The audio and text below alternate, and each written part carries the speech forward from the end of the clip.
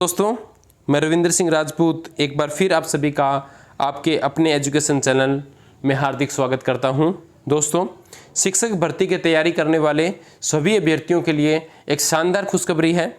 जो भी अभ्यर्थी राजस्थान के अंदर फर्स्ट ग्रेड सेकंड ग्रेड की तैयारी कर रहे थे या किसी भी स्टेट में अपने शिक्षक भर्ती की तैयारी कर रहे थे, उन सभी अभ्यर्थियों के लिए एक ज़बरदस्त गुड न्यूज़ है कि जो सेंट्रल गवर्नमेंट के अंतर्गत EMRS स्कूल है, एकलव्य मॉडल रेजिडेंशियल स्कूल है, जिसकी पीजीटी की वैकेंसी पहले आउट हो चुकी थी, जिसका नोटिफिकेशन मैंने आपको टेलीग्राम ग्रुप के माध्यम से पहुंचा दिया था, जिसकी पीजीटी के फॉर्म पहले स्टार्ट हो चुके हैं। अब उसके अंतर्गत टीजीटी यानी ट्रेंड ग्रेजुएट टीचर, जिसको आप सेकंड ग्रेड बोल सकते हो, सेकंड ग्रेड की वैकेंसी इसके अंदर अभी अभी आई है। तो टीजीटी की पोस्ट पे वैकेंसी आई है और सबसे अच्छी बात यह है कि जो इस बार वैकेंसी आई है वो शानदार पदों पे वैकेंसी आई है। और दूसरा, इसकी जो आप सैलरी स्ट्रक्चर देखोगे वो राजस्थान की तुलना में या किसी भी स्टेट की तुलना में देखोगे तो आपको पता है कि सेंट्रल गवर्नमेंट का सैलरी स्ट्रक्चर काफ़ी हाई होता है। तो आप सभी के पास अच्छी सैलरी के अंतर्गत केंद्र सरकार के अंदर अध्यापक बनने का शानदार सुनहरा मौका है। तो इस वीडियो में हम देखेंगे कि टीजीटी के लिए क्या क्या एलिजिबिलिटी है, सिलेबस क्या रहने वाला है, पेपर का पैटर्न क्या रहने वाला है और क्या इसके लिए सीटेट पास होना अनिवार्य है। तो सबसे पहले हम देख लेते हैं कि सीटेट वाला जो आपका क्वेश्चन है कि क्या इसके लिए सीटेट जो पास होना वो अनिवार्य है या नहीं है। तो आपको मैं बता दूं कि सीटेट इसके लिए मैंडेटरी है। और सीटेट कौन सा, लेवल फर्स्ट या लेवल सेकंड? तो मैं आपको बता दूं कि लेवल सेकंड जो है वो सीटेट आपका पास होना जरूरी है। अगर आपने सीटेट लेवल 2 पास नहीं किया है तो आप इस वैकेंसी के अंदर अलाउ नहीं होंगे। लेवल फर्स्ट वाले इसके अंदर एलिजिबल नहीं है क्योंकि लेवल फर्स्ट PRT यानी प्राइमरी टीचर के लिए होता है। प्राइमरी टीचर की वैकेंसी EMRS के अंतर्गत नहीं आती है, तो लेवल फर्स्ट वाला सर्टिफिकेट आपका नहीं चलेगा। लेवल सेकंड अगर आपने पास किया है तो आप अप्लाई कर सकते हो सीटेट का। और इसके अलावा इसकी फॉर्म भरने की अंतिम दिनांक क्या है वो आपको बता देता हूँ मैं। देखिए, फॉर्म भरने की जो अंतिम दिनांक अपने पास रहने वाली है वो यहाँ पे आप देखोगे कि 18 अगस्त 2023 तक आप फॉर्म अप्लाई कर सकते हो टीजीटी पोस्ट के लिए। और जो कि आपको पता है कि सीटेट जो इस बार अपीयरिंग स्टूडेंट है उनका भी कुछ एक मैसेज आया था कि क्या सीटेट अपीयरिंग वाले इसके अंदर एलिजिबल होंगे क्या।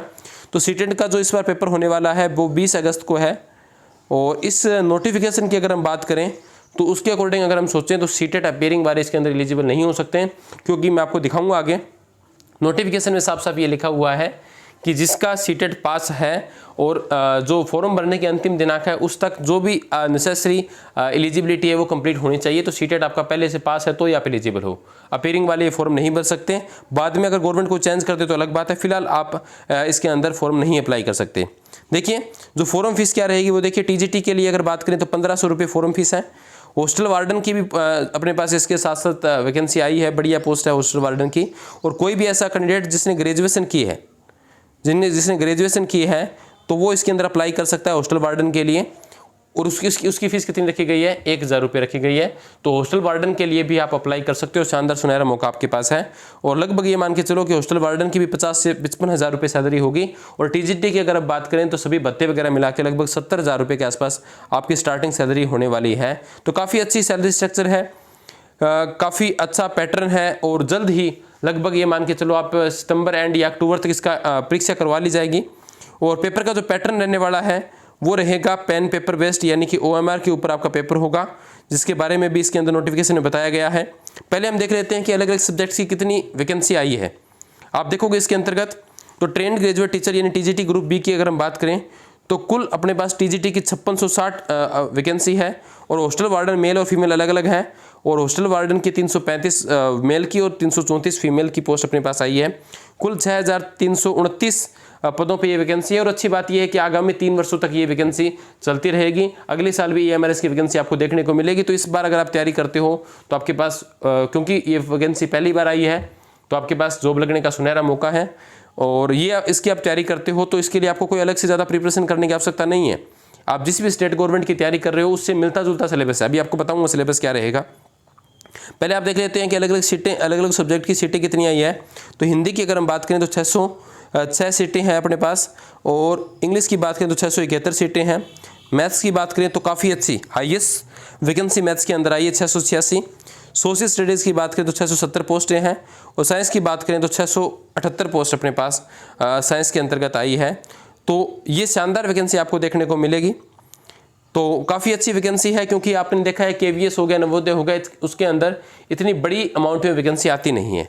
आपके पास गोल्डन अपॉर्चुनिटी कैसी है वो मैं बता देता हूँ, क्योंकि ये ऐसी वैकेंसी है जिसके अंतर्गत आप स्टेट लेवल में जो आप देखोगे, स्टेट लेवल में कंपटीशन से ज़्यादा होता है। इवन सेंट्रल गवर्नमेंट की वैकेंसी में आपको लगेगा कि कंपटीशन ज़्यादा है, लेकिन उसका उल्टा सिस्टम है। यहाँ पे सेंट्रल गवर्नमेंट के अंदर अगर आप वैकेंसी की प्रिपरेशन करते हो तो उसमें इतना कंपटीशन आपको देखने को नहीं मिलेगा। ठीक है।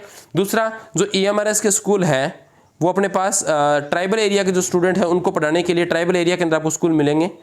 तो बहुत से कैंडिडेट्स ऐसे होते हैं जो रिमोट एरिया के अंदर जॉब नहीं करना चाहते, ट्राइबल एरिया के अंदर जॉब नहीं करना चाहते, तो वो कैंडिडेट्स भी इसके अंदर अप्लाई नहीं करेंगे।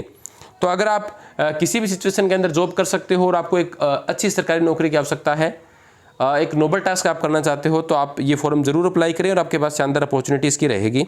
संस्कृत की भी आप देखोगे, राजस्थान के जो कैंडिडेट है संस्कृत की पूछ रहे थे, तो संस्कृत की भी अच्छी खासी वैकेंसी है इसके अंदर। संस्कृत की अगर हम बात करें तो लगभग 358 पदों में संस्कृत की वैकेंसी है। इसके अलावा अलग अलग सब्जेक्ट्स की अगर हम देखें तो लैंग्वेजेस की अलग अलग अपने पास सीटें यहाँ पे मेंशन है। ये PDF मैं आपको टेलीग्राम ग्रुप में मैंने कल शाम को अवेलेबल करवा दी थी, आप टेलीग्राम ग्रुप में जाके चेक कर सकते हो। इसके बाद फिजिकल टीचर की भी, म्यूजिक की भी, आर्ट्स की भी अच्छी खासी वैकेंसी है। लाइब्रेरियन की भी इसके अंदर वैकेंसी आई है TGT के अंतर्गत। तो अगर आपने लाइब्रेरियन का डिप्लोमा किया तो भी आप इसके अंदर अप्लाई कर सकते हो, शानदार मौका आपके पास रहेगा। हॉस्टल वार्डन का मैंने आपको पहले बता दिया।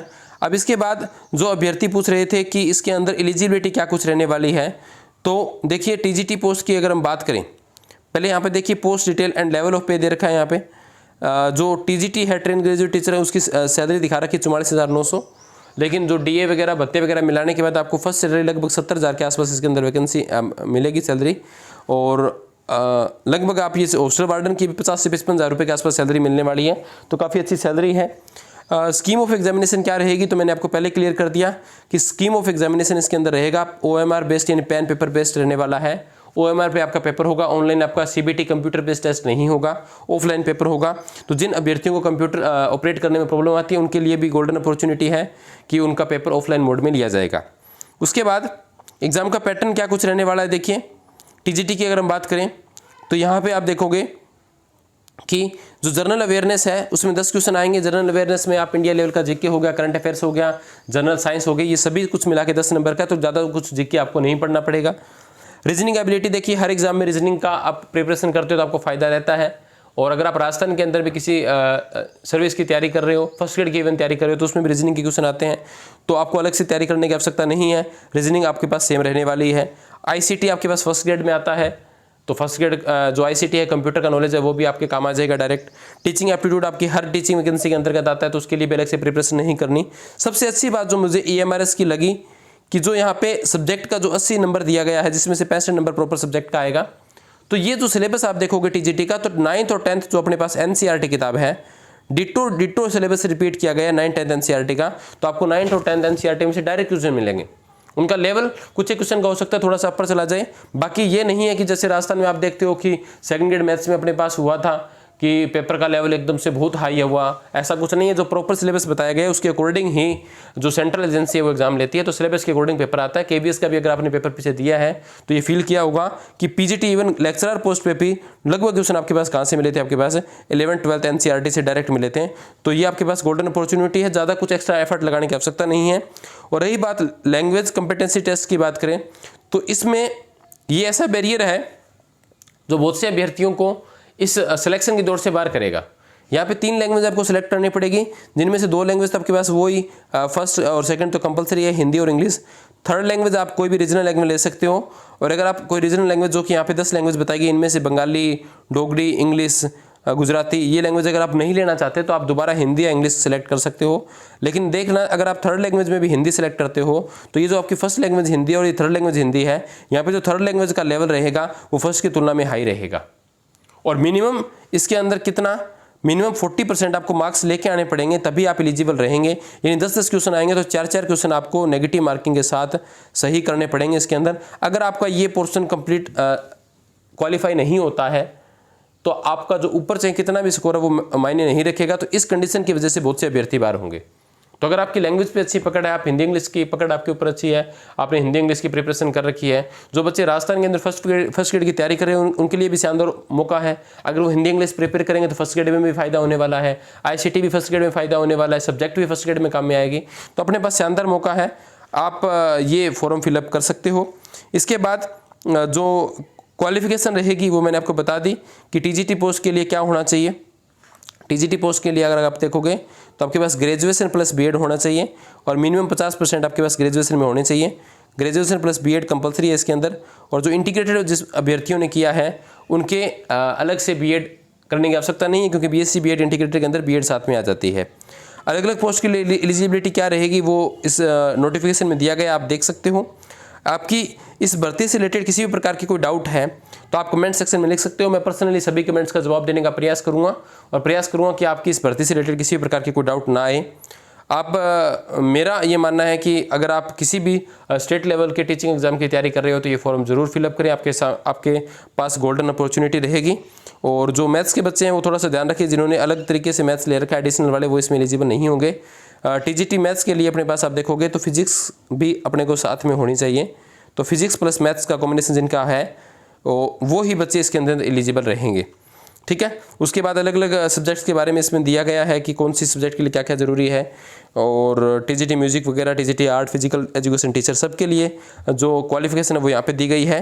कोस्टल वार्डन के लिए देखिए सिंपल क्वालिफिकेशन है, बहुत सिंपल क्वालिफिकेशन है कि बैचलर डिग्री होनी चाहिए किसी भी रिकॉग्नाइज यूनिवर्सिटी से, जो आपको ऑलमोस्ट सभी कैंडिडेट्स की मिलेगी, तो आप इसके लिए भी अप्लाई कर सकते हो। उसका पैटर्न भी आपको दिया गया है इसके अंदर। और जो मैक्सिमम एज है वो 35 ईयर्स से ध्यान रखना। जो एज का बैरियर है वो कितना रहेगा, 35 ईयर्स का रहेगा। अलग अलग कैटेगरी में इसमें रिलैक्सेशन भी रहेगी एज के अंदर, तो वो भी आप देख लेना, इस नोटिफिकेशन में आपको मिल जाएगी। इसके बाद अगर हम देखें एग्ज़ाम सेंटर की बात करें तो हर एक स्टेट में एक एक एग्ज़ाम सेंटर दिया गया है। जैसे राजस्थान की बात करें तो जयपुर हो गया, हरियाणा की बात करें चंडीगढ़, पंजाब में भी चंडीगढ़ है। ऑलमोस्ट जो राजधानी एरिया है उसके अंदर ही सेंटर EMRS द्वारा दिया गया है, तो आप इस वैकेंसी में अप्लाई कर सकते हो। इसके लिए आपको कोई अलग खास प्रिपरेशन करने की आवश्यकता नहीं होगी। इससे जुड़ी हुई किसी भी प्रकार की डाउट को कमेंट बॉक्स में लिखें। और इसी प्रकार शिक्षक भर्ती परीक्षा या किसी प्रकार की एजुकेशन अपडेट को सबसे पहले सटीक तरीके से पाने के लिए चैनल को सब्सक्राइब कीजिए। हर प्रकार की ऑथेंटिक जानकारी आप तक सबसे पहले पहुंचाई जाएगी। आप सभी का अंत तक जुड़े रहने के लिए बहुत बहुत धन्यवाद।